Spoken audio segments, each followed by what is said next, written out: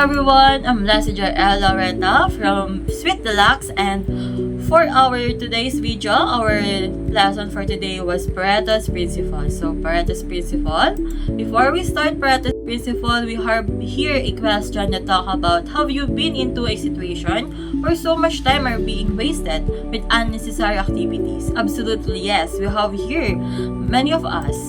So next question, on times that your mind is so jammed up, do you know which one to do first? Absolutely yes. We don't know what to do first. We have so many activities and lessons and reviews to do. We don't know what to do first. So let's end up those questions. Let's move on to identifying the Pareto principle. So expand our business with 80-20 rule. So we have here our diagram that talks about Pareto's principle. So we have here in our left side the effort and the right side for our result. So effort, the green one represent for important and blue one represent for not important. So for effort, we have here the green one. 20% of the effort is important and 80% of not important. And here for the result, we have here 20% for not important and 80% for important. So next slide, we have here Pareto's chart. So I will be talking about a Pareto's chart in another video. So let's skip this one. So we have your example of Pareto's chart. So in our right side, we have your 100% and 50% which represent percentage. And we have here in our left side, a 5 and 10 which represent quantity. The curved line you see, the red one, was called the line chart. And the descending order of the boxes, which from A to G, was called the defects. Example. So we have here the most frequent one error was the lack of training, which is 8. 7. Delivery. 6. Communication. 4. Defect. 3. Transportation issues. 2. Payment. And 1 for the error. By using Pareto's principle, we can graph here our red curved line. And by having calculations, we can graph here our red line. That can help us to indicate where our vital flow and trivial many. So these three, our trivial flow, and the rest was our trivial many. I hope you understand our chart. For our next slide, we have here a Pareto principle is named after the Italian economist Wilfredo Pareto, which in year 1906 observed his country, Italy, and found out that 80% of its land was owned only by 20% of the people. So, sinasabi po dito na si Mr. Wilfredo Pareto ay nakapag-observe noong 1906 sa bansang Italia at nakita niya na ang 80% ng mga lupain sa Italy ay nagmamay-ari dito ang 20% buong populasyon ng Italia. Ayun nga, tulad nga na sinabi ko kanina, yung sa may 80-20, yung 20% nga is yung vital few na tapos ang output nun ay 80%. How about the other 80%? The same is also true on the other side. Yung 80% ay yung table many, tapos yung 20% ay yung magiging cost. What do Pareto's principle wants to indicate? It simply indicates that most things in life are not equally distributed, due to the fact that 80-20 rule implies that in any given situation, 80% of the effect is produced by 20% of the cost. Ngayon, sabi ko nga kanina, yung Pareto's principle nga, yung 80-20, yun yung isasabi na hindi talaga pantay-pantay na didistribute. Tapos yung, ayun nga, so ginitap ko kanina, 80% ay effect and 20% yun yung magiging cost kung ba't yung ginawa mo sa effort. Sabi dito na lagi ba ang kinakalabasan ay 20% cost at ang kakalabasan nito ay 80% effect. And then, minsan nagkakaroon din ng lot steeper gaya ng 1850, 90-10, 93-7, etc. It can be also be bit smaller like 70-30 or 74-26, etc. Pero meron pa isang tanong, is it always 100 when added? No. Minsan hindi siya nagtutugma na ganun. Nagkakaroon din to minsan ng 85-20, 74-10, 91 o 32. Minsan yung cost ng ginagawa natin ay lampas sa expectation na kalalabasan. So, why is it is being called the 18-20 rule? The 80-20 thing is in relation to its nowadays application should not be treated as exact entities but rather a symbolic number. Sabi nga dito, do more by doing less.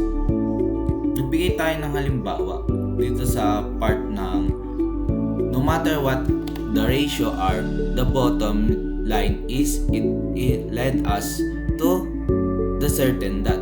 Sinasabi dito na parang kung mas malaki yung binigay mong cost o effort dun sa ginagawa mo, higit pa dun sa expectation mo o mas maganda pa yung kalalabasan. Pag-aaral mo, parang mas sinisipagan mo kahit hindi ka ganun katalino, pero ang nagiging result mas mataas sa expectation mo. The minority of the causes produced a majority effect. Sinasabi dito na mas kailangan nating mag-focus dun sa importance or responsibility natin kasi mas tsansa, mas malaki ang kakalabasan na result. Same as the other side that the majority of the causes produce the minority effect. Ito pa, this is teach us to focus on the more important aspect of life, the vital few, making us to do more by doing less. How can Pareto principle be applied in a business? Lean Six Sigma. To increase revenue, you could try to increase sales. The more you sales, the more you profit you should make. Negotiate better deals with your suppliers. Cut excess overheads. Companies often retrench staff to do so. Increase prices. If you can sell the same amount of goods at the higher price, you will make more profits. And so on. Insert. Eliminate waste and improve the process, which is Lean Six Sigma. In the next slide, you can see these lines that can a company do all these things simultaneously. Nakalagay din na no. Next slide, may nakalagay din because in business, you generally don't have the resources, time, energy, and management to focus to do everything at once. Secondly, the Pareto principle teaches us that not everything is equally important. What we should do is identify those actions, the vital flow that will result in biggest increase in profit, then focus first on it. Not using 80-20 wisely. May cause the business to prioritize the least important, which is definitely not constitute a leap forward.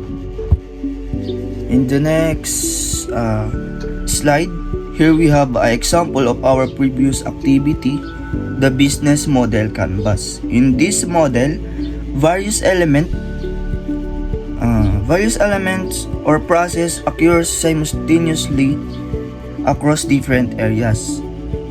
They all happen at the same time. Now the question is, can we solve all these areas at once? The answer is no. By applying Pareto's principle, also known as 80-20 rule, we identify the vital few, the key elements that will have the most significant impact. We can focus our effort on this vital aspect to drive results.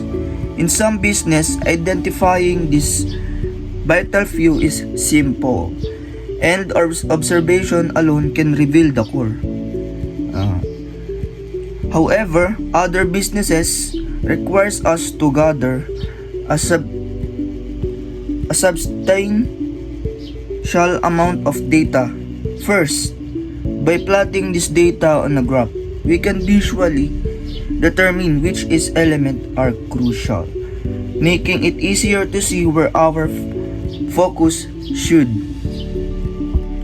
In next slide, here you can see the Pareto's chart, which help us visualize the data and pinpoint those essential areas. The chart make it clear which factor demand our attention. For some businesses, identifying this vital few can be straightforward through observation. However, in many cases like the one shown here, we need data-driven insight. By plotting our data on Pareto's chart, we can see the top of contributor at blame and focus on what truly matter. Now that we understand Pareto's principle, let's see how it can be applied to different aspects of our daily lives. Pareto's principle, or the 80-20 rule, teaches us that 80% of our outcomes come just from 30% of our inputs. Kung i-apply natin ito sa social interactions, this means that although marami tayong nakikilala o nakakasama, konti lang yung nagpapasaya or may significant impact sa life natin. For example, mayroon kang large circle of acquaintances, friends. Pero ilan lang talaga dyan yung sumusuporta at nagpapasaya or nandyan para sa'yo. Kadalasan, parehas yung time na binibigay natin para sa kanila without thinking about who adds real value to our lives. By identifying this vital few, those friends or loved ones who genuinely uplift us, we can focus our energy and attention on them. Dahil dito, nakakasave tayo ng time na pwede natin gamitin sa mas mahalagang bagay. With the extra time, we can pursue other valuable activities katulad ng exercising, meditating, studying, or spending more quality time with our family.